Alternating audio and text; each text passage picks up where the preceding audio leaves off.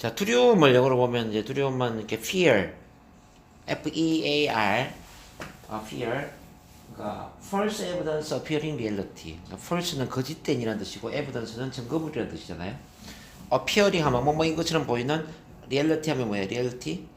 사실. 그러니까 사실인 것처럼 보이는 거짓된 증거물이다. 뭐 그런 뜻이죠.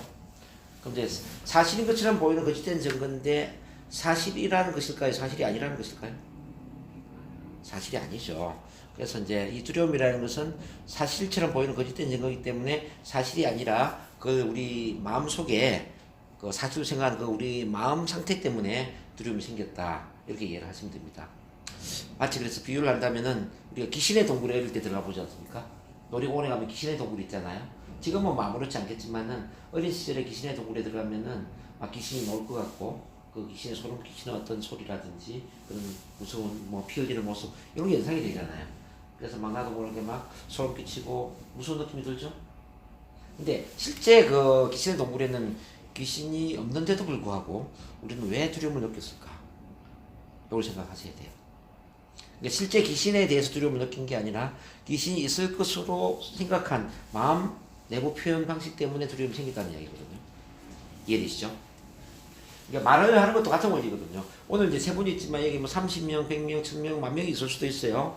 근데 이제 이 군중이라는 것은 또는 뭐 청중, 대중이라는 것은 뭐 한 명이건 10명이건 100명이건 1000명이건 대중은 똑같은 대중일 뿐이거든요.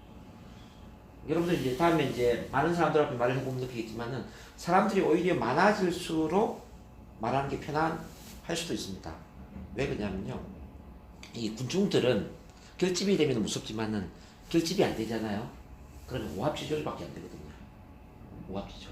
하나의 뜻으로 뭉쳐 있으면 옛날에 뭐 촛불 시위를 한다든지 뭐 우리 광주 운동과 같은 이제 이런 것처럼 이제 하나로 이제 응집되면 굉장히 큰 에너지지만 응집이 안 된 상태에서 이렇게 한 100명, 1000명 모여있잖아요. 그거는 오합지졸이라는 거죠. 내가 힘이 없는 거죠. 그러면 1000명이 있고 10,000명이 있고 관계없이 가장 중요한 사람은 나라는 거죠. 그렇지 않습니까? 근데 우리는 인원이 많아지면 두려워진다는 거죠. 실제 두려운 존재가 아닌데. 자, 옛날에 처칠 수상도 이제 그런 비슷한 예가 있었어요. 처칠 수상이 2차 세계대전을 승리로 이끌었지만 이제 그분이 가장 두려웠던 게 뭐냐면은 대중 앞에서 연설을 하는 게 너무 두려웠다는 거죠. 항상 이제 군대를 사열을 하면서 군대를 대상으로 연설을 해야 되는데 이 연설하기 너무 힘이 드는 거예요.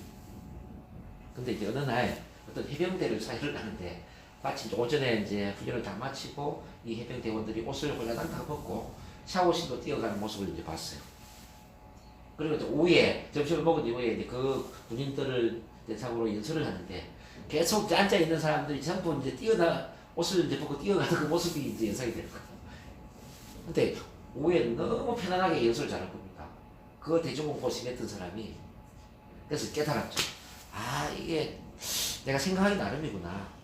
제복을 입은 이렇게 아주 무서운 군인들로 상상을 한다면은 무서운 존재지만 옷을 다 벗고 샤워실로 뛰어가는 그 모습으로 내가 인상을 하는 게 이거는 전혀 두려운 존재가 아니지 않느냐. 내가 생각하기 나름이네. 그래서 이제 그다음부터 처칠 수장이 이제 발표를 할 때마다 연설을 할 때마다 항상 이제 청중들을 옷을 다 벗고 있다고 생각했어요. 나는 옷을 입고 있고 뭐 앉아 있는 사람 다 옷을 벗고 있는데 뭐 옷을 입고 있는 내가 더 대단하지 않는 얘기죠. 생각은 자유잖아요. 생각이 나눕니다. 그래서 난 항상 옷을 입고 있고 청중은 옷을 다 벗고 있다고 이렇게 생각하고 연설을 하니까 편안하게 연설을 너무 잘 하더라는 거죠. 그러니까 리허설을 할 때 항상 그런 생각을 하는 거죠. 듣는 사람들 다 옷을 다 벗고 있어. 나만 옷을 입고 있어.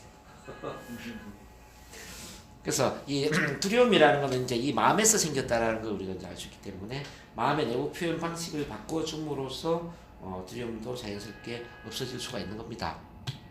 그럼 스피치의 이 두려움은 결국 뭐냐면은 이 두려움은 원하는 것에 집중을 하고 초점을 두려 하는 무의식의 경고 신호다 이렇게 볼 수 있습니다. 실제 원하지 않는 것에 집중을 하기 때문에 두려움이 생기는 거거든요. 그러니까 뭐 긴장하면 안 되는데, 떨리면 안 되는데, 실수하면 안 되는데, 나의 창피한 모습을 보이면 안 되는데, 뭐 이런 그 원하지 않는 것에 대한 뭘 회피하고자 하는 걸 말하지 않습니까? 그런 것 때문에 두려움이 생긴다면은 일제 이제 이 두려움은 그런 원하지 않는 것이 아니라 원하는 것에 집중을 하라는 거예요. 내가 어떤 것을 말하고 싶으냐, 내가 말하고자 하는 주제가 뭐냐, 핵심 내용이 뭐냐, 어떤 스토리를 이야기할 것이냐. 마지막에 어떤 비전을 제시하고 어떻게 행동을 촉구해서 어떻게 마무리를 할 것인지 이렇게 이제 말하는 내용에 대한 집중을 하라는 거죠. 말하는 내용에 대한 집중을 하면은 뭐가 생기겠습니까? 열정이 생기죠. 열정. 말하는 내용은 열정을 만들어내고 원하지 않는 건 두려움을 만들죠. 자, 원하는 것은 열정을 만들면 되기 때문에 열정이 크면 열정이 두려움을 없애는 거예요. 두려움이 크면 두려움을 없애는 거예요. 두려움이 크면 두려움이 열정을 없애요. 그러니까 이제 이 감정의 의자는 하나밖에 없어요. 우리는 동시에 두 가지 감정을 느낄 수가 없다는 뜻입니다. 열정이 있거나 두려움이 있거나 두려움이 하나죠. 네. 우리 이제 뭐 사람을 만날 때 연애를 할 때 마찬가지예요. 사랑이 있거나 미움이 있거나 둘 중에 하나잖아요. 사랑이 있거나 미움이 있거나. 그런 것처럼 이제 두려움이 있거나 열정이 있거나 둘 중에 하나잖아요. 그러면 사랑을 키울 것이냐, 자 미움을 키울 것이냐, 자 두려움을 키울 것이냐, 열정을 키울 것이냐 내가 선택을 하는데 이 스피치에 있어서는 원하는 것에 집중을 한다면은 열정이 커질 수밖에 없다라는 거예요. 자 그렇게 되는 것이고, 자 그래서 이제 우리는 원하는 것에 집중을 한다. 1절을 이렇게 한번 들어보겠습니다. 제가 지금 의자에 앉아 있습니다. 지금 여러분들이 저를 바라볼 때, 이 의자에 앉아 있는 저를 볼 때 편안하게 느껴집니까? 두렵게 느껴집니까? 편안하죠? 편안하죠? 근데 제가 예를 들어서 이 의자의 다리가 길어진다고 한번 상상해 볼게요. 의자 다리가 계속 길어져가지고 제가 100m 정도 높이에 100m 정도 높이에 좀 앉아 있는 거예요. 그럼 어떻게 느껴질까요? 두렵게 느껴져요? 우습게 느껴져요? 자, 편안하게 느껴져요? 두렵겠죠. 왜 똑같은 의자인데 왜 100m 높이는 두렵죠? 그 차이를 만드는 게 뭘까요? 바로 이제 의자 안이 아니라 의자 바깥을 바라보기 때문에 두렵다. 실제 이제 그 실험을 해봤어요. 장님 있잖아요. 장님. 앞을 못 보는 장님을 그 남산 타고의 꼭대기에 앉혀놓은 거예요. 그러면서 지금 기분이 어떠세요? 그러니까 편안해요. 이렇게 얘기하는 거예요. 근데 이게 남산 타고 꼭대기예요. 그때부터 이제 두려움을 느끼더니 아닙니다. 쉽게 말하면 내가 이제 보지 못하는 상태에 있으면 남산 타워에 있건 뭐 지금 일정에 있건 그런 차이가 없죠. 자, 볼 수 있다는 건 뭐냐면은 의자 안이 아니라 의자 바깥을 보기 때문에, 즉 원하는 것이 아니라 원하지 않는 것을 바라보기 때문에 두려움이 생겼다는 거죠. 여러분들이 그래서 이제 내 마음가짐에 있어서 원하지 않는 걸 보고 있는지 원하는 걸 보고 있는지 이런 차이를 이제 여러분들이 선택을 해야 된다는 거, 이걸 이해를 하시면 되겠어요. 그럼 이제 이 두려움은 크게는 실패에 대한 두려움하고 거절에 대한 두려움이거든요. 실패에 대한 두려움, 실패에 대한 두려움, 거절에 대한 두려움. 이제 실패에 대한 두려움은 쉽게 말하면 이제 이런 거죠. 뭐 잘해야 된다, 잘해야 된다. 그리고 실패하면 안 된다. 그리고 이제 새로운 일에 대한 어떤 두려움, 새로운 사람에 대한 두려움, 이런 것에 대한 두려움이 이제 실패에 대한 두려움이고, 거절에 대한 두려움은 뭐냐면 남의 눈치를 보는 마음. 남들이 나를 어떻게 생각할까? 남들이 나를 싫어하면 안 될 텐데, 남들이 나를 거절하면 안 될 텐데, 뭐 거절 평가에 대한 두려움이잖아요. 크게는 이렇게 이제 거절에 대한 두려움, 실패에 대한 두려움 두 가지가 있는데, 이 실패에 대한 두려움은 어디서 생기느냐 이걸 이해를 좀 해볼게요. 우선 아기는 태어날 때 두려움이나 금기 사항을 모르고 태어난다는 겁니다. 그렇죠? 아기는 실제 그렇잖아요. 뭐 기저귀에 똥을 싸고도 당당하잖아요. 그게 아기거든요. 자, 해서는 안 되는 것도 모르고 두려움이 뭔지도 몰라요. 그 이야기는 뭐냐면 두려움은 태어난 이후에 학습을 했다는 거예요. 학습을 했다는 이야기는 다시 우리가 치료를 하거나 훈련을 통해서 이거는 두려움을 없애는 것도 가능하다는 이야기. 타고난 게 아니기 때문에. 그럼 어떻게 학습을 하느냐? 첫 번째는 자, 파괴적 비판, 신체적 체벌, 금기시하는 말을 통해서 학습을 했다. 파괴적 비판은 쉽게 말하면 꾸지람입니다. 꾸지람. 자, 어릴 때 아버지가 술주정을 부렸거나 엄마 아버지가 부부싸움을 했거나 또는 아버지가 뭐 물건을 집어던지고 어떤 폭력적인 행동을 했거나 뭐 큰 소리로 언어적인 뭐 욕설과 비슷한 언어적인 폭력적인 행동을 했거나 또는 하지마 그만둬와 같은 금지시하는 말을 큰 소리로 했거나 그러면 이제 억압이 되는 거죠. 억압이라는 마음이 위축되는 거죠. 막 기가 죽고 주눅이 들고 막 어떤 감정을 표현하지 못하는 쭈그러드는 주눅드는 이런 마음이 억압이죠. 자, 이 억압이 생기는데 이 억압이 결국 이제 실패에 대한 두려움을 만들어내더라. 그럼 이제 어릴 때 하지마 그만둬와 같은 말을 많이 듣고 자란 아기는 실제 뭔가를 도전하려는 게 두려운 거예요. 왜냐면 어릴 때부터 뭔가 내가 도전하려고 그러면 하지마 그만두고 그랬잖아요. 높은 곳에 올라가려고 하니까 올라가지마 그랬잖아요. 그럼 내가 올라가면은 큰일 날 것 같은 느낌 들잖아요. 자, 김치나 이제 반찬에 손을 대려고 하면 만지지 마 그러잖아요. 그럼 내가 뭔가를 하려고 하면은 이거는 두려운 거야. 기존에 했던 것을 하는 것은 편안한데 새로운 것을 도전하려고 하면은 두려워진다. 이해되십니까? 그래서 부모가 이제 처음부터 어릴 때부터 너무 이제 하지마 그만둬 같은 이렇게 금지시하는 말을 많이 하면은 실제 애가 스스로 도전할 수 있는 그런 힘이 이제 줄어들고 영업 같은 경우는 개척 영업 같은 거 새로운 사람에 대한 두려움 이런 게 힘들고 또 스피치 같은 경우에는 새로운 사람들 앞에서 말하는 게 두렵고요.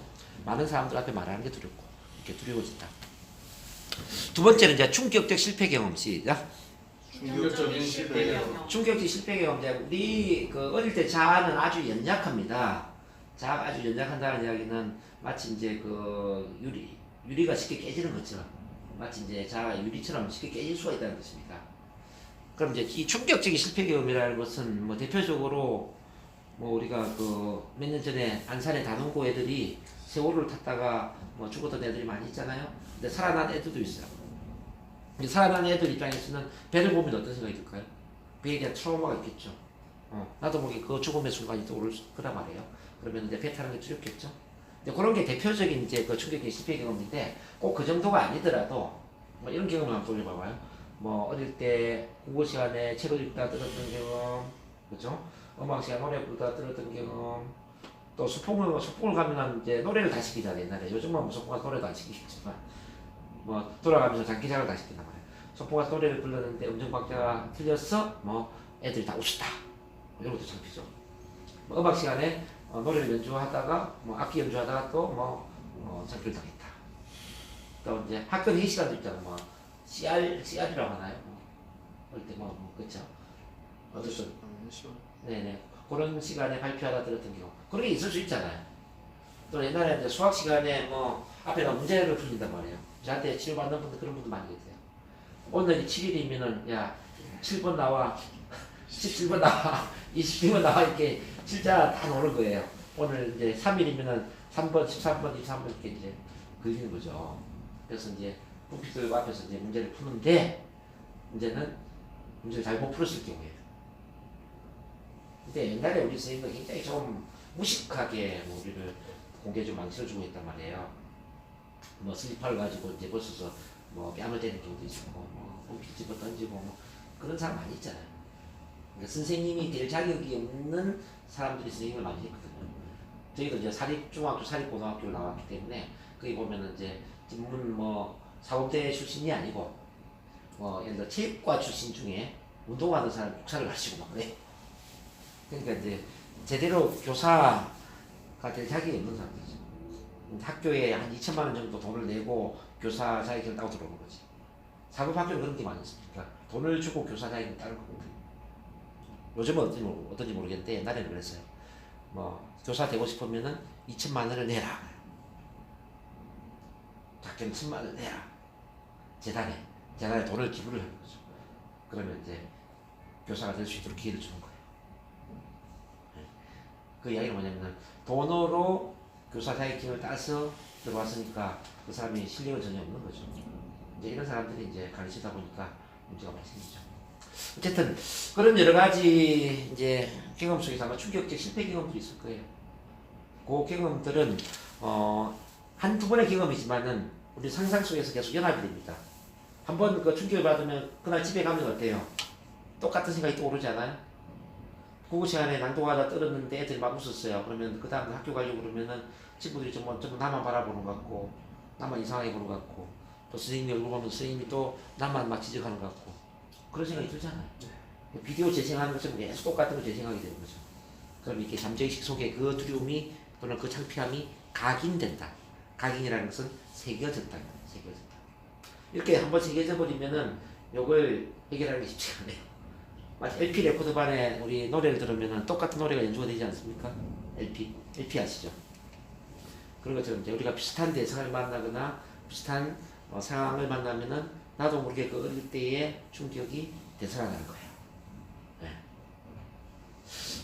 지금은 한 70대 가까이 됐을 것 같아요. 대전에서 올라오는 분이 계셨는데 최용규 선생님이라고 이분 한 10년 전에 분이죠. 혹시 우리 김경수 선생님 기억나시는 모르겠네. 최윤규 선생님 아세요? 모르겠는데. 그럼 선생님 뒤에 오셨나 보다. 대전에서 항상 오신 분이 대전에서 매주 토일 1박 2일로 이제 우리가 참가하신 분인데 이분은 초등학교 다닐 때 소풍을 갔는데 노래를 시켰는데 노래를 잘 못 부른 겁니다. 음정도 안 맞고 박자도 안 맞고 그래서 이제 그 선생님이 공개적으로 너 그 노래도 그 노래라 부르냐?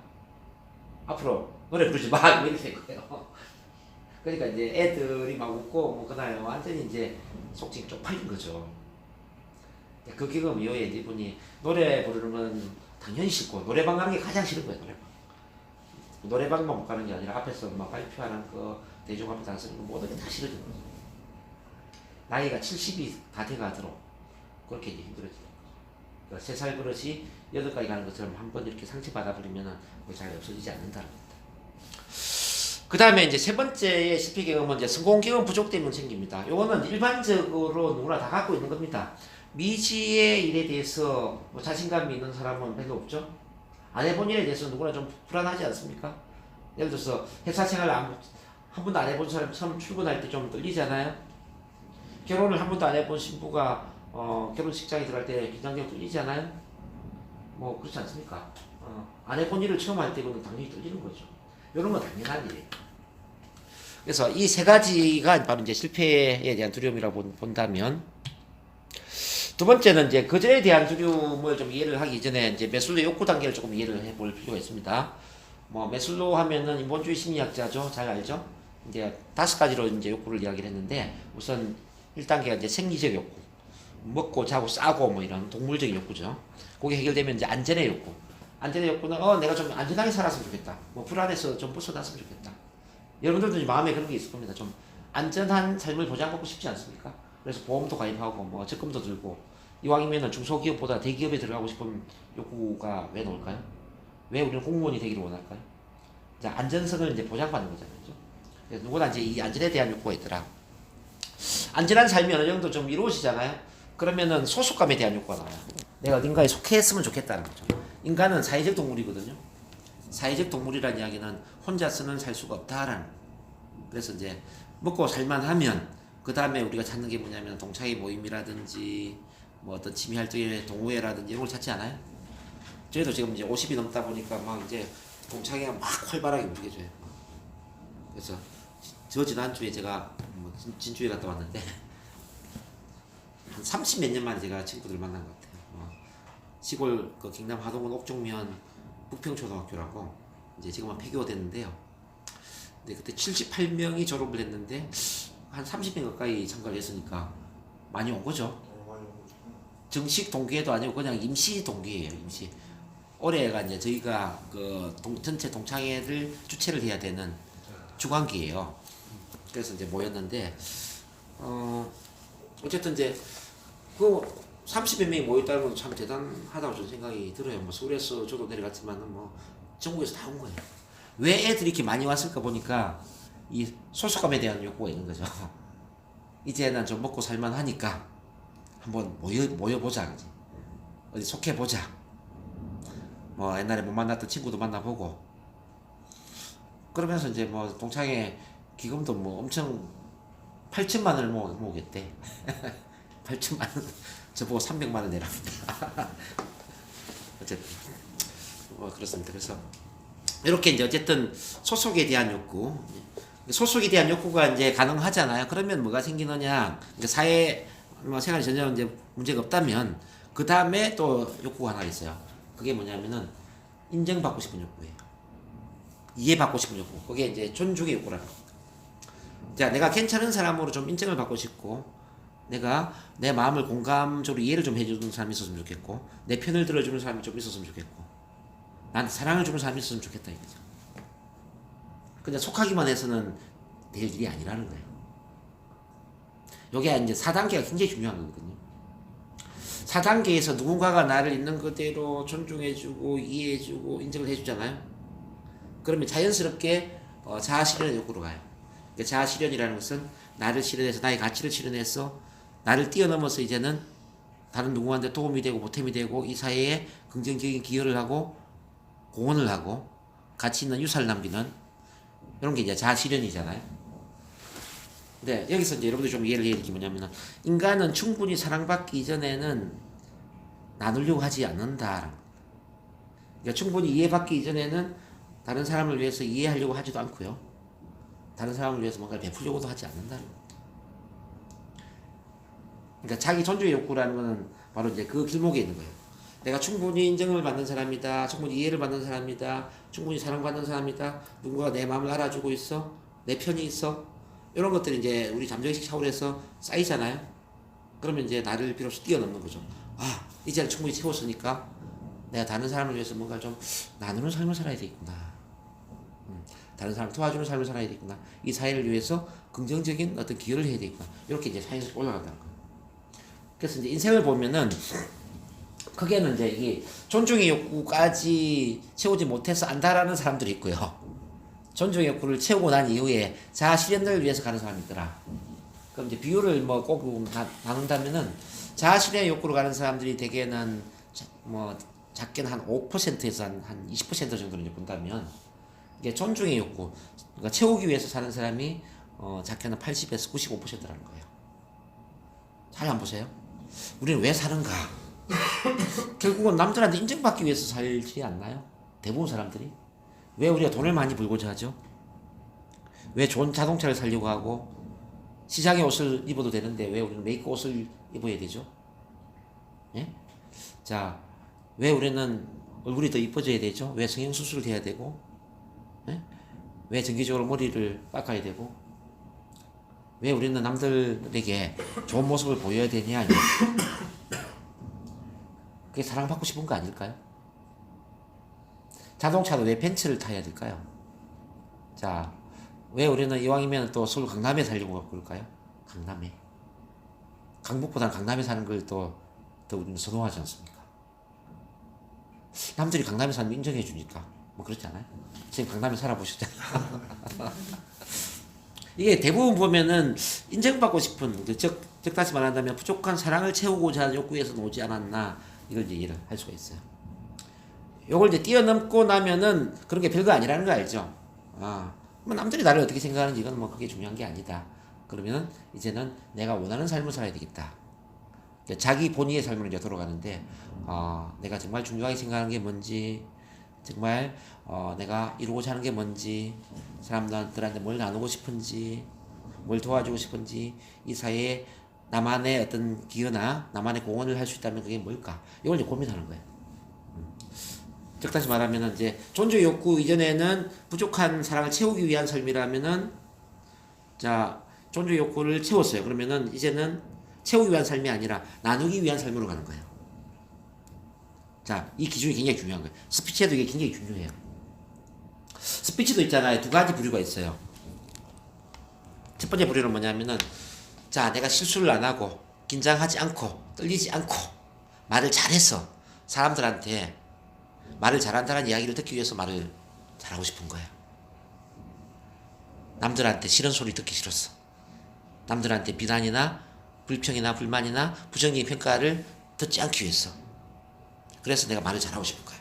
요게 첫 번째 부류. 두 번째는 뭐냐면 내가 나누고 싶은 게 참 많이 있어. 내가 뭐 예를 들어서 이 같은 경우 투자라든지 뭐 저는 자신감, 동기부여, 자존감이라든지 어쨌든 이 사람들은 잘 모르고 있지만은 내가 나누고 싶은 좋은 정보와 좋은 경험과 좋은 나만의 그런 에너지들이 참 많이 있는데 이걸 어떻게 하든지 사람들한테 나눠주고 싶어요. 그래서 뭔가를 나누기 위해서 스피치를 하는 거예요. 자, 선생님이 생각할 때는 어떻습니까? 자, 채우기 위해서 스피치를 하는 사람이 잘할까요? 나누기 위해서 스피치를 하는 사람이 잘할까요? 나누는 사람이 훨씬 낫겠죠. 그렇습니다. 그래서 자기 존중의 욕구를 채우지 못하면 말도 하기가 힘들다는 거죠.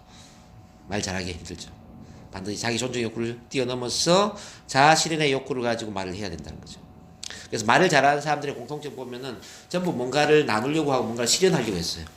잘 보세요. 링컨 대통령은 뭘 실현하려고 했죠? 링컨 대통령이 남의 눈치를 봤을까요? 아니죠. 링컨 대통령은 남북 전쟁을 종식시킨다. 그런 하나의 목적의식이 뚜렷했고. 자, 마틴 루터킹 목사님이라고 있어요. 마틴 루터킹. 아시죠? 이분은 굉장히 말을 잘하는 사람이잖아요. 이분은 뭘 실현하려고 했죠? 예, 인종차별을 철폐한다. 우리나라를 보면은 김대중 전 대통령, 노무현 전 대통령 이런 분들은 이제 말을 잘한다라고 이야기 많이 하잖아요. 김대중 전 대통령 민주화를 실현한다. 뭐 노무현 전 대통령 무슨 정부였죠? 네. 예? 참여정부. 참여정부가 노무현 대통령이었나요? 네. 참여정부. 어쨌든 이런 이제 정치 철학들이 다 있다는 겁니다. 정치 철학. 뭔가를 실현하려고 하는 그런 철학들이 분명히 있다는 거죠. 이런 철학을 가지고 어떤 가치를 실현하려고 하는 사람들은 어김없이 말을 잘 하게 되죠. 그래서 이제 여기 계신 우리 선생님들이 정말 말을 잘하고 싶다면 생각을 달리 해야 돼요. 긴장 떨림 없이 실수하지 않고 말을 잘하겠다가 아니라, 네? 그게 아니고 스피치를 통해서 내가 무엇을 실현하고 싶은가, 이 스피치를 통해서 어떤 도움을 주고자 하는가, 스피치를 통해서 어떤 좋은 세상을 만들기를 원하느냐, 그런 것에 대한 뚜렷한 목표를 갖고 있어야 된다는 거죠. 그거 이해됩니까? 목적의식이 중요하다는 거죠. 목적의식이. 목적의식이 없는 스피치는 죽은 스피치고요. 목적의식이 없으면은 반드시 채우기 위한 스피치, 즉 긴장 떨림이 없는 스피치로 갈 수밖에 없기 때문에 긴장 떨림에 또 집착을 하게 되고 결국은 남의 눈치를 보는 스피치가 될 수밖에 없어요. 자, 그걸 이해를 이제 하시면서 그 다음에 이제 이 자기 존재 욕구는 또 우리 그 TA의 세 가지 자아와도 많이 이제 연결이 되는데 TA는 그 교류 분석이라는 그 심리학의 한 이론입니다. 교류 분석학적으로 본다면은 우리 내면에는 다음과 같이 이제 크게는 세 가지 자아가 있고요. 이걸 조금 더 세부적으로 본다면은 뭐 이제 5가지가 되나요? 아니지. 5가지. 우선 이제 우리 마음 안에는 이 어버이 자아가 있고 어른 자아가 있고 어린이 자아가 있습니다. 자, 어버이 자아에는 비판적 어버이를 CP라고 그래요.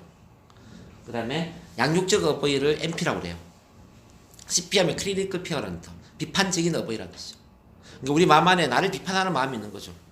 그러니까 남들과 비교하고, 시기 질투를 하고, 나 자신을 꾸지람하는 이 마음은 바로 CP라는 거예요. CP.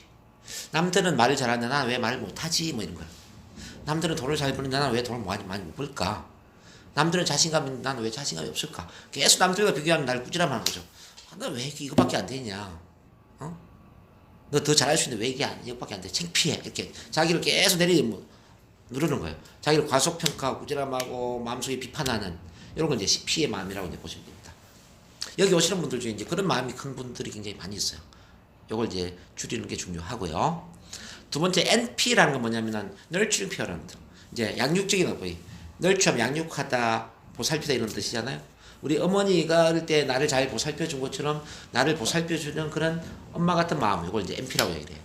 나를 따독거려주는 거죠. 뭐 괜찮아, 앞으로 잘할 수 있어. 자, 너는 너만의 장점을 갖고 있어. 남들이 잘하는 게 있으면 너도 잘하는 게 있겠지. 자, 오늘 잘 못했으면 다음에 잘하면 되지. 이렇게 따독거리는 거예요. 우리 이제 어릴 때도 보면은 학교 성적이 뭐 잘 안 나왔을 때 아버지는 심하게 꾸지람을 한다면 너 왜 성적이 이거밖에 안 돼? 너 이래 대학 들어가겠어? 이렇게 꾸지람할 수 있잖아요. 근데 부엌에 있는 엄마는 따독거려 줄 수가 있잖아요. 괜찮아. 다음에 시험 잘 치면 되지 뭐. 달래줄 수가 있잖아요. 근데 내 마음도 그럴 수가 있단 말이에요. 내가 나를 달래줄 수 있는 거죠. 괜찮아. 다음에 잘하면 되지. 사람이 항상 잘할 수가 있나? 그러면서 이제 엄마 같은 마음을 나를 이제 따독거려주는 요게 이제 MP입니다. 이 MP가 크면 참 좋겠는데 MP가 크면은 자존감이 높아지겠죠. 근데 많은 분들이 MP가 좀 떨어져 있는 경우들이 많아요. 자, MP를 키워야 되고, 그 다음에 세 번째는 어덜트라고 하죠. 어른자. 이 어른자는 여러분들이 아마 다 커 있을 겁니다. 뭐 이성적이고 합리적이고 논리적이고 누가 보더라도 이제 옳은 게 뭔지 옳은 판단을 할 수 있는 능력을 이제 어른자라고 그래요. 이거는 별 문제가 없어요. 이제 그 밑에 보면은 이제 어린이 자아에 두 가지가 있습니다. 수능적 어린이, 자유 어린이. 수능적 어린이에 보면은 AC, 그러니까 착한 어린이 마음이 있고요. 그다음 FC, 천진난만하고 자유분방한 어린이 마음이 있는 거죠. 근데 우리 마음 안에 이제 CP가 크면, 즉 비판적인 어버이 마음이 크면은 수능적인 어린이 마음이 클 수가 있어요. 착하고 얌전하고 모범적이고 철이 있던 그런 아이로 크는 거예요. 근데 반대로 FC가 죽어버려요. 자유롭게 천진난만하게 나를 있는 것들을 표현하고 싶은데 그 표현하고 싶은 욕구가 줄어 있다는 겁니다. 근데 이 5가지 마음이 균형을 잡아야 되거든요. 균형을 잡아야 건강한 자아가 되는데 여러분들 마음을 한번 잘 살펴보세요. 나는 뭐가 크고 뭐가 작은지. 아마 제가 볼 때는 그래요. 여러분들 CP가 좀 크지 않나요? 좀 자기를 많이 비판하죠? 비판하고 나무라고 꾸지람하고 과소평가하고 못났다고 생각하고 막 그러지 않아요? 그쵸? 이제 이 CP를 줄여야 되고요. 그다음 MP가 좀 부족할 거예요. 제가 볼 때 MP 나는 괜찮아. 앞으로 잘할 수 있어. 나는 있는 그대로 사랑받을 자격이 있어. 나는 내가 참 좋아. 앞으로 나는 반드시 잘할 수 있어. 나는 성공할 자격이 있고 가치 있는 존재. 나는 이제 그 긍정으로 바라보는 이 마음. 네? 이 긍정을 바라보는 마음이 좀 많이 줄어 있죠. 이걸 이제 키우셔야 되는 거죠. 키우셔야 돼요.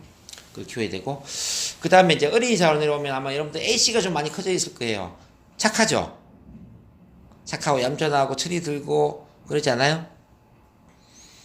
너무 착하기만 했단 말이에요. 앞으로는 착하면 안 돼요. 착한 게 어른이 되면 이제 여자들은 현모양처가 되는 겁니다. 현모양처. 현모양처 중에 오래 산 현모양처가 별로 없습니다. 현모양처가 다 빨리 죽어요. 왜 그럴까요? 착하게 자기를 억누르니까. 모든 감정을, 부정의 감정을 억누르고 참고 사니까. 참는 것은 병이 되거든요. 자, 이제 그 AC 외에 FC를 키워야 돼요. FC는 뭐냐면은 표현하는 거죠, 표현. 천진난만하게 자유분방하게. 자, 이제 스피치로 보면 앞에서 이제 발표, 뭐 무대 체질, 예? 있는 그대로 자기 자신을 막 표현하는 거죠. 노래도 부르고 춤도 추고 뭐 그리고 개인적으로 보면은 자, 내 감정을 표현하는 거죠. 싫으면 싫다. 거절할 줄도 알고 거절할 수 있는 용기를 갖는 거예요. 싫으면 싫다. 좋으면 좋다. 희노애락을 다 표현하는 거예요. 슬프면 슬프다. 왜 그 자기 감정을 있는 그대로 잘 표현하는 사람도 주변에 많지 않아요? 그죠? 네. 우리는 그게 돼야 된다. 근데 그게 지금까지 훈련이 잘 안 돼 있기 때문에 이런 참만함에 와서 속 시원히 이야기를 하자. 제가 항상 이야기를 해요. 속 시원하게 있는 그대로 나를 표현하고 있는 그대로 나를 표현하면서 있는 그대로 나를 사랑받는 경험이 필요하다는 거죠. 있는 그대로 나를 사랑받자. 부족한 나를 사랑받자. 오케이? 밖에서는 너무나 얌전해 있으니까 안에서는 좀 얌전과 반대에 좀 오바된. 그래서 우리 소리 지를 때도 지랄 발광 오도 방정을 이야기를 하잖아요. 5%만 망가지면 인생이 즐겁다. 그게 뭐냐면 이제 FC를 키우는 과정이거든요. 좀 자유롭게 나를 표현함으로써 나한테 억눌려져 있는 그 표현하고자 하는 욕구를 키워주는 거죠. 이렇게 돼야 이제 되는데 우리가 그게 잘 안 되죠. 이게 안 되면 이제 마음에 구멍이 뚫리는 거예요. 마음에 구멍이 뚫리는 거예요. 자, 예를 들어 어릴 때 이렇게 이제 다 표현하면 살아야 되는데 어릴 때 아버지가 무섭거나 아버지가 술주정뱅이다. 아버지가 엄마랑 관계가 안 좋다. 부부싸움을 자주 한다. 그럼 최악의 경우에는 엄마 아버지가 이혼을 했다.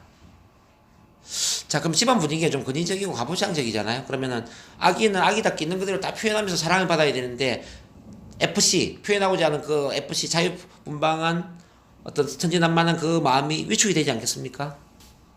그 마음에 구멍이 뚫리는 거죠. 또 이런 거 한번 생각을 해봐요. 자, 어릴 때 학교를 갔다 오면 집에 항상 엄마가 있잖아요. 엄마하고 문을 두드리고 열었는데 집에 엄마가 없으면 어떻게 되죠? 여러분들? 엄마하고 문을 두드리는데 엄마가 없어요. 그럼 마음이 어때요? 허전하고 철렁 내려앉지 않아요? 근데 그래서 엄마가 올 때까지 계속 울잖아요. 엄마 막 울잖아요. 1시간, 2시간, 3시간, 4시간 계속 울어. 그래도 엄마가 안 오면 어떻게 될까요? 이 심장이 타 들어가겠죠. 심장이 타 들어간다고요. 숯덩어리처럼. 그래서 이 마음에 구멍이 뚫린다는 겁니다. 나중에 8시간, 10시간 지나도 엄마가 안 오잖아요. 이제는 감정에 대한 느낌도 없어져 버려요. 너무 고통스러우니까 우리 잠재의식이 나를 보호하기 위해서 이제는 그 슬픔과 그 버림받은 느낌, 그 외로움의 느낌도 지워버려. 이제 느낌이 없게끔 만들어버려. 그래서 어떤 애들 보면은 감정인식이 안 되는 애도 있거든요. 슬픔이 뭔지도 모르고, 아픔이 뭔지도 모르고, 외로움이 뭔지도 모르고, 두려움이 뭔지도 모르는 그런 애도 있거든요. 무감각한, 최악의 경우는 사이코패스와 같은 사이코패스 자체가 그 느낌 자체가 없는 애들이 사이코패스가 되는 거잖아요. 그러니까 이제 어릴 때 이렇게 이제 오랜 시간 동안 부모로부터 사랑받지 못하고 부모로부터 떨어져 있잖아요. 그러면 이제 사이코패스처럼 감정 인식이 안 되는 단계로 가버린다는 거죠.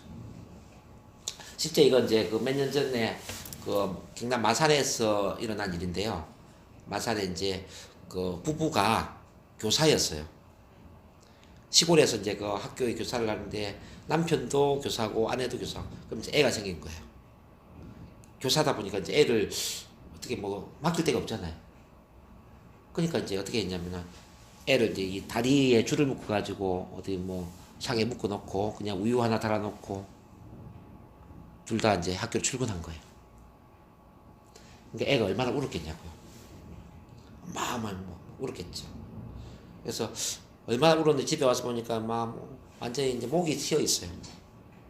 그래도 어쩔 수 없이 그 다음날 또 묶어 놓고 또 학교로 갔어요. 그 다음부터는 이제 목이 쉬어서 이제 울음도 잘 안 나오는 거예요. 한 일주일 정도 돼버리니까 울지도 않아요, 아가. 엄마 아빠가 출근하는 때도 그냥 물뚱물뚱해요.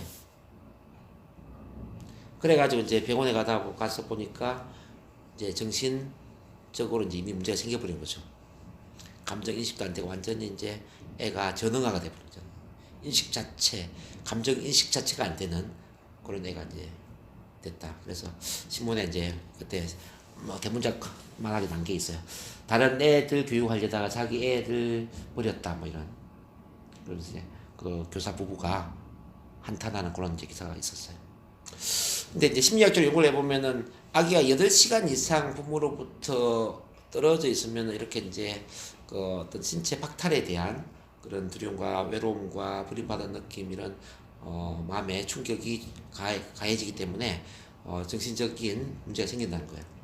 어쨌든 그렇게 해서 이제 마음에 구멍이 뚫리는데 이제 이 구멍을 이제 이렇게 비유를 해볼 수가 있어요.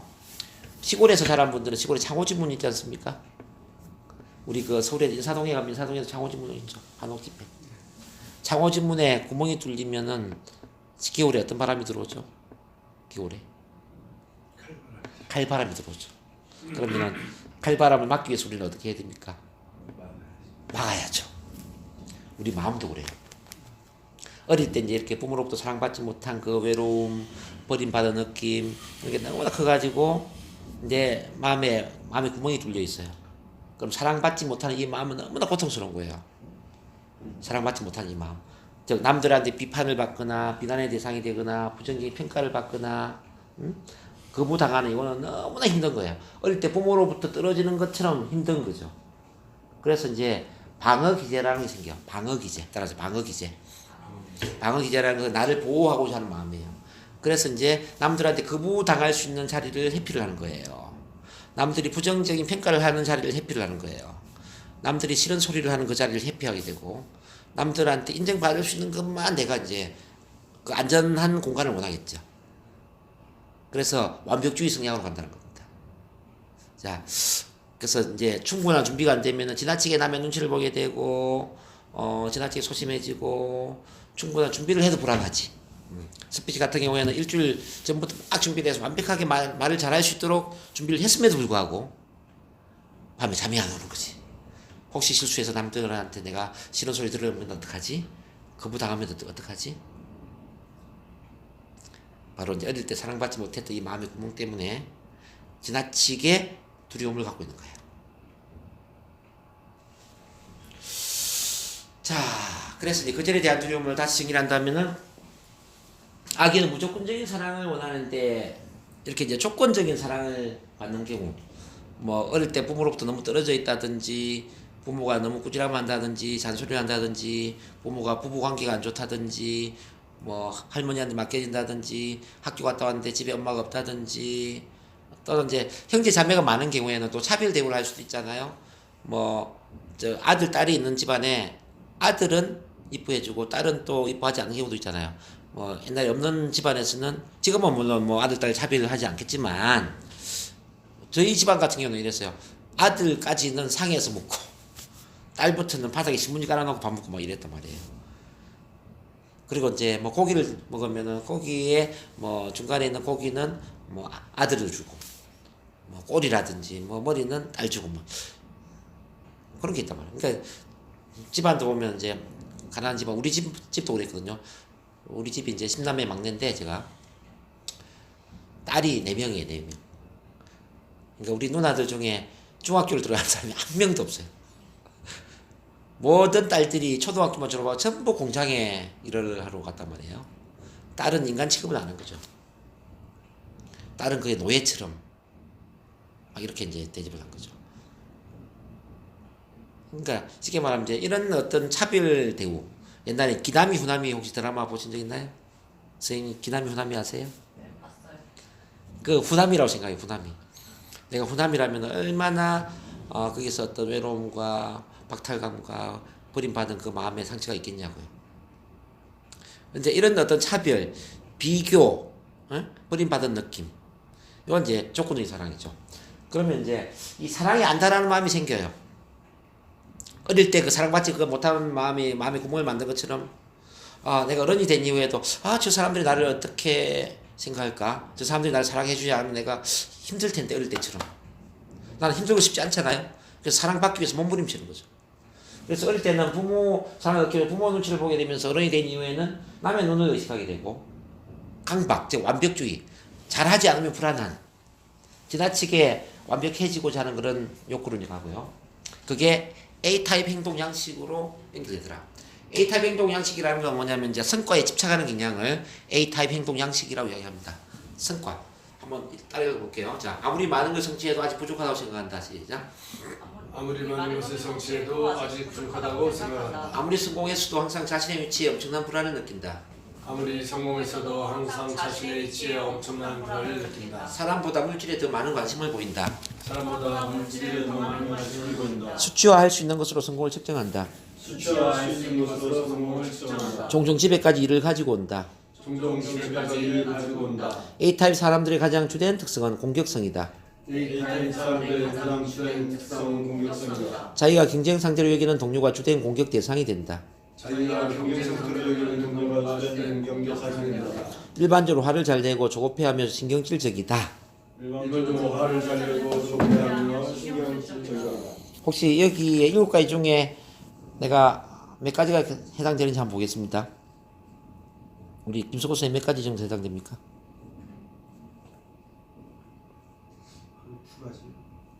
우리 경수 선생님 몇 가지 정도요? 6가지 정도. 6가지. 우리 안규상 선생님 몇 가지입니까? 3가지 정도. 네. 김석호 선생님 생각보다 좀 작네요, 그래도. 2가지면. 선생님은 그러는데 어떤 거절에 대한 두려움보다 실패에 대한 두려움이 클 수도 있다는 이야기일 수도 있겠다, 그죠? 뭐 따로 또 한번 보겠습니다. 이렇게 이제 우리 거절에 대한 두려움은 다른 사람들이 당신에 대해서 어떻게 생각하느냐에 대해서 지나치게 의식하는 마음인데, 이걸 이제 18대, 40대, 60의 법칙으로 본다면 한번 읽어보겠습니다. 시작.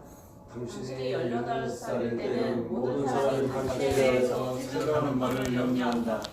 40살이면 자신에 대해서 누가 무슨 생각을 하든 조금도 개의치 않는다. 60살이 되면 아무도 당신에 대해서 전혀 개의치 않는다는 사실을 깨닫게 된다. 사실 우리가 이제 살다 보면은 남들이 나한테 신경을 많이 쓰는 것처럼 느껴지지만 남들은 나한테 관심이 전혀 없다는 겁니다.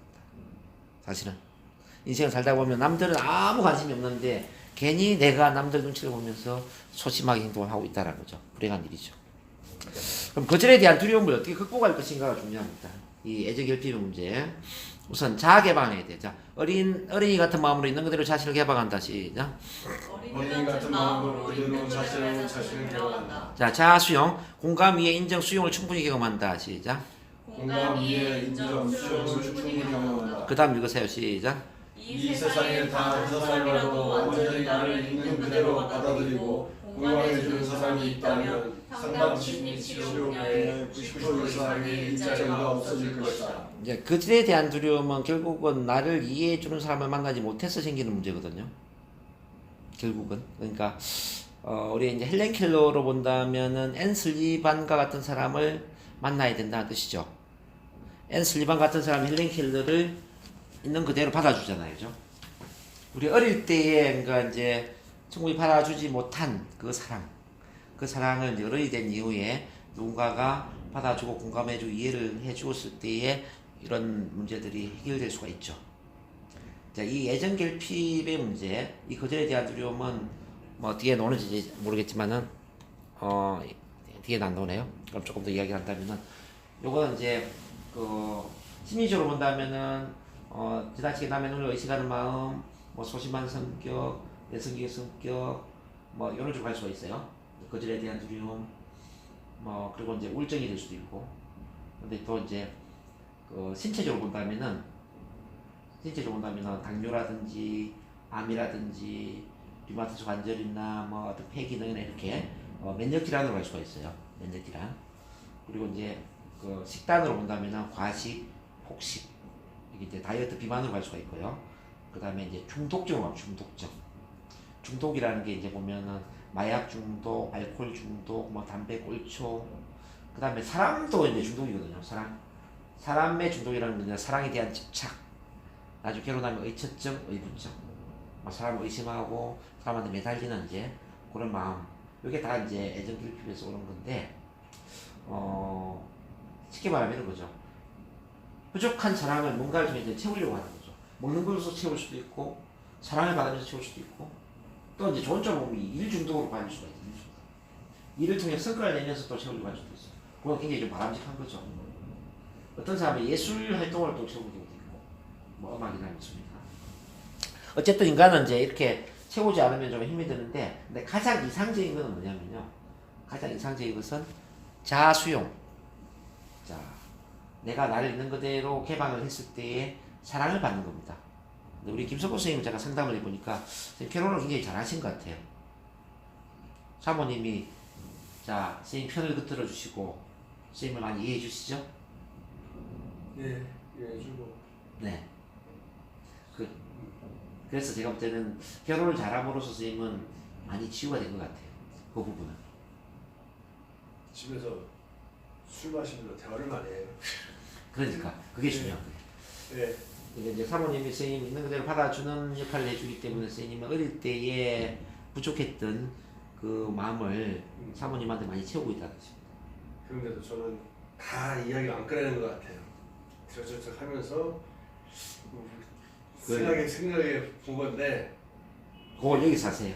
이야기를 다 집사람 다 이야기하는데 그냥 꿍한 면이 있다고 가끔씩 보면 이야기를 다 안 꺼내는 그런 느낌이 있다고도 가끔씩 이야기하는 거 보니까 내가 그냥 이것을 이야기함으로써 기분 나쁠까봐 또 뭐 더 걱정거리를 또 하나 또 안겨줄까봐 그냥 네. 선을 긋는 것 같아요. 그러면 이제 선생님 조금 더 용기를 내실 필요가 있고요. 사모님은 받아들일 준비가 다 돼 있나요? 그럼요. 그러면 선생님이 용기가 부족한 겁니다. 자, 용기를 내셔서 개방하세요. 왜 그러냐면요. 인간은 100% 자기를 누군가한테 오픈을 해야만, 네. 그리고 그 100% 누군가로부터 이해를 받고 공감, 사랑을 받았을 때 자기 본위의 삶을 살 수가 있습니다. 자기 본위, 스님다운 삶을 살 수가 있습니다. 개방을 하지 못하는 만큼 그 개방하지 못하는 것에 대해서 집착을 하게 되고 남들 눈치를 보게 된다는 겁니다.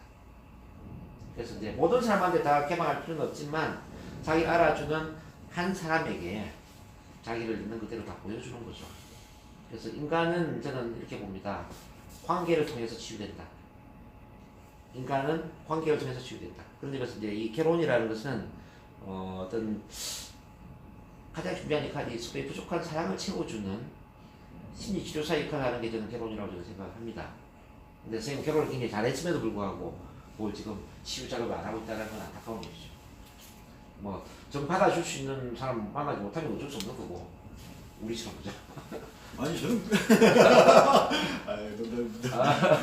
하여튼 저도 그렇습니다만.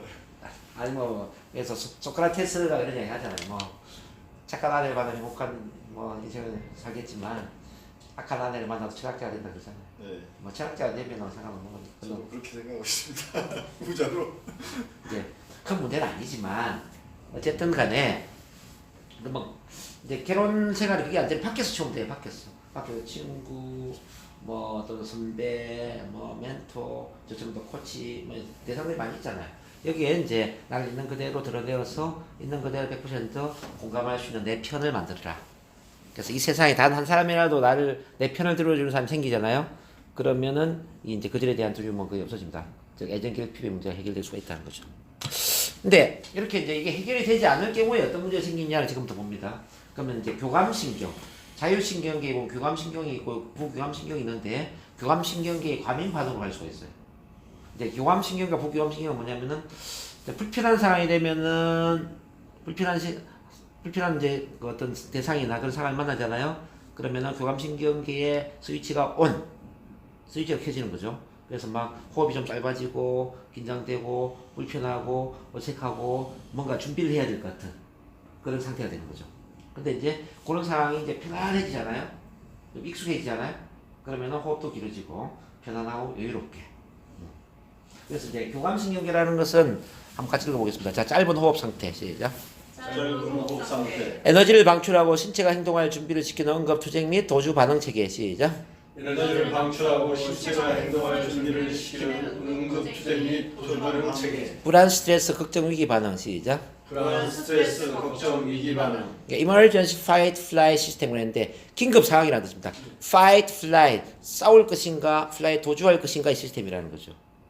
그러면서 이제 요게 그 편안한 상태가 되잖아요. 그럼 부교감신경 상태가 되는데 자, 긴 호흡 상태 시작.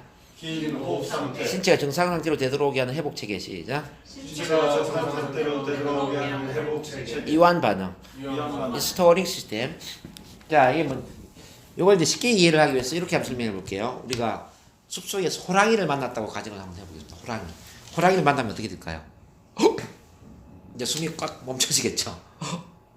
터뜨리고 곤두 쓰잖아요. 그럼 호랑이를 만났을 때 우리는 두 가지 중에 하나를 선택을 해야 돼요. 가만히 있으면 죽잖아요. 일단 죽을 힘을 다해서 싸우든지, 예? 두 번째는 죽을 힘을 다해서 도주를 하든지. 그러니까 fight, flight, 싸우든지 도주를 해라. 맞습니까? 근데 싸우든지 도주를 하든지 공통점이 있습니다.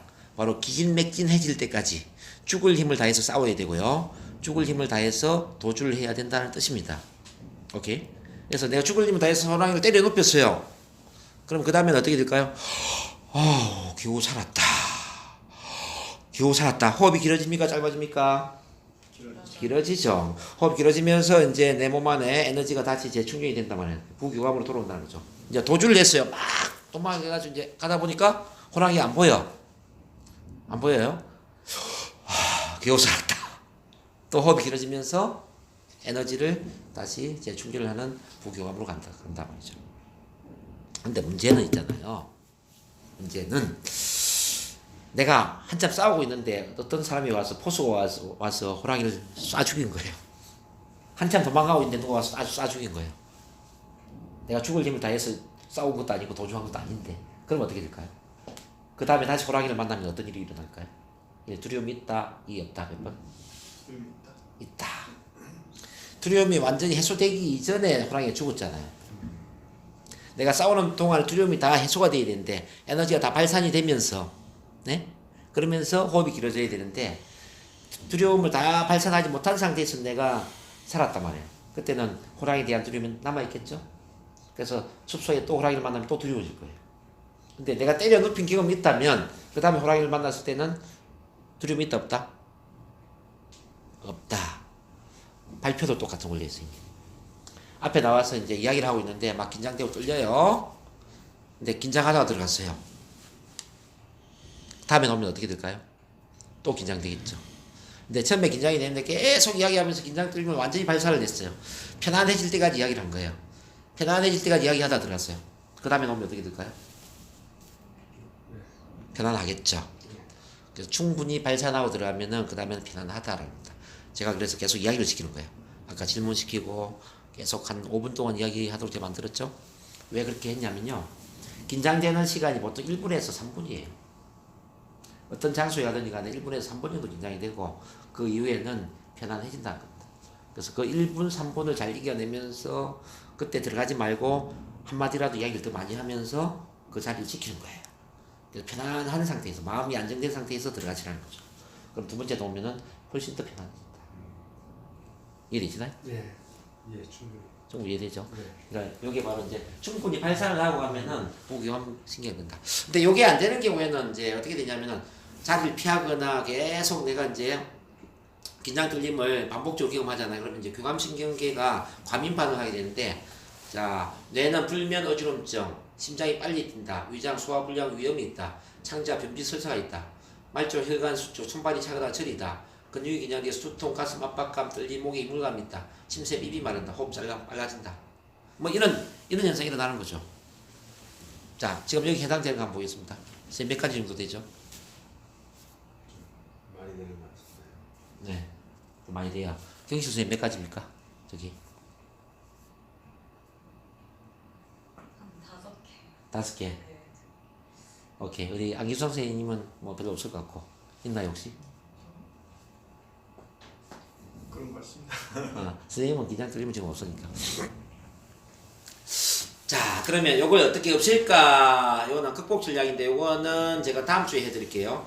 오늘 시간이 좀 부족하니까 극복 전략에 대해서 다음 주로 이제 한번 더 하도록 하고, 그다음에 저기 유튜브에 가면 네. 발표 불안 극복 전략이라고 이미 제가 올려놓은 강의가 있어요, 선생님. 그걸 미리 들으셔도 괜찮아요. 네. 다음 주 금요일 오면 이걸 극복 전략을 한번 다시 강의를 해드릴게요. 어쨌든 오늘은 이제 두려움이 왜 생기는가? 여기 이제 발표 불안, 긴장 떨림 포함해서 실패에 대한 두려움, 거절의 두려움이 이제 생기는 기본 원리들. 그게 또 우리 자율신경계, 교감신경계와 부교감신경계가 어떻게 연결되어서 내 몸을 힘들게 하는가? 그런 걸 같이 한번 나눠본 것 같아요.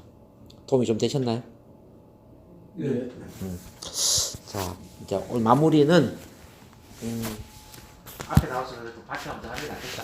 보다 앞에 나와서 한 1분, 2분씩 소감 발표를 하면서 마무리할 거예요. 우리 한규 선생님 오셨어. 자, 발표하도록 할게요.